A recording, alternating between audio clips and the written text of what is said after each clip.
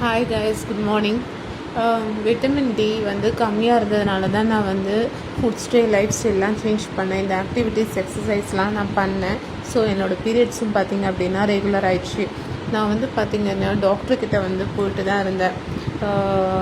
Periods வந்து உங்களுக்கு ரெகுலராக வருது, டேப்லெட் போடாமலே. ஸோ நீங்கள் வந்து ஏஜும் உங்களுக்கு ஆயிடுச்சு, 30 கிட்ட ஆயிடுச்சு. ஸோ நீங்கள் ஏன் வந்து ஐவிஎஃப் பண்ணக்கூடாது அப்படின்னு சொல்லிட்டு டாக்டர் கேட்டாங்க. ஆக்சுவலி வந்து எனக்குமே வந்து நிறைய ப்ளட் டெஸ்ட் எழுதி கொடுத்தாங்க, என் ஹஸ்பண்டுக்குமே நிறைய வந்து டெஸ்ட் எழுதி கொடுத்தாங்க.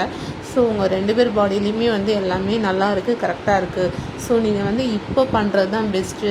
ஏன்னா வந்து எல்லாமே நல்லா இருக்கும்போது நீங்கள் பண்ணீங்க அப்படின்னா உங்களுக்கு வந்து ஐயுஐயா இல்லை ஐவிஎஃப் பண்ணுறீங்களோ எதாக இருந்தாலும் சக்ஸஸ் ஆகும் அப்படின்னு சொன்னாங்க.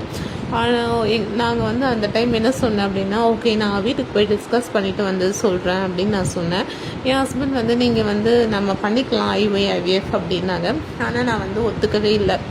ஏன்னா எனக்கு வந்து அந்த விட்டமின் டி ப்ராப்ளம் இருக்கிறதுனால நான் ரொம்ப வீக்காக ஃபீல் பண்ணேன். என்னோடய மைண்ட் செட்டுக்கு என்ன தோணுச்சு அப்படின்னா, இப்போ கண்டிப்பாக நமக்கு நிற்காது. நான் வந்து என் உடம்பு வந்து ஒரு ஐவிஎஃப் பண்ணுறதுக்கான இது இல்லை. ஏன்னா ஐவிஎஃப் பற்றி நான் கேள்விப்பட்டிருக்கேன்.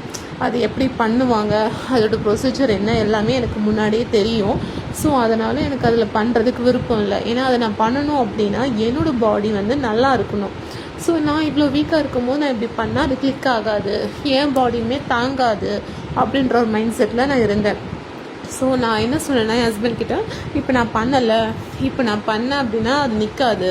நான் ஃபஸ்ட்டு என் உடம்பு வந்து தயார் பண்ணிக்கிறேன், நான் இன்னும் நல்லா க்யூர் ஆகணும் அப்படின்னு நான் சொன்னேன். எனக்கு ஒரு 6 மந்த் கொடுங்க அப்படின்னு.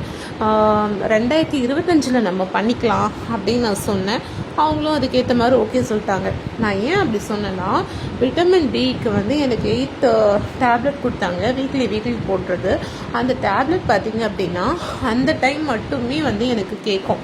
ஸோ இப்போ நான் ஞாயிற்றுக்கிழமை எடுத்தேன் அப்படின்னா எனக்கு திங்கள் செவ்வாய் கேட்கும். அடுத்த டைம் பார்த்திங்கன்னா அதே மாதிரி பழைய மாதிரி ஆயிடுவேன் நான்.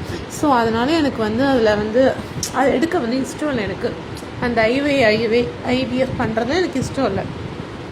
கைஸ், நீங்கள் நிறைய வீடியோ பார்த்துருப்பீங்க, நிறைய வெபினார் கிளாஸ்லாம் நீங்கள் பார்த்துருப்பீங்க.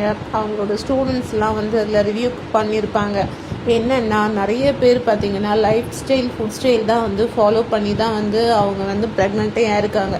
பிசிஓடி, பிசிஓஸ், ஃபைப்ராய்ட் கட்டி, இந்த மாதிரி நிறைய இஷ்யூஸ்லாம் இருக்குது. ஸோ வந்து ஃபுட் ஸ்டைல் தான் சேஞ்ச் பண்ணியிருப்பாங்க.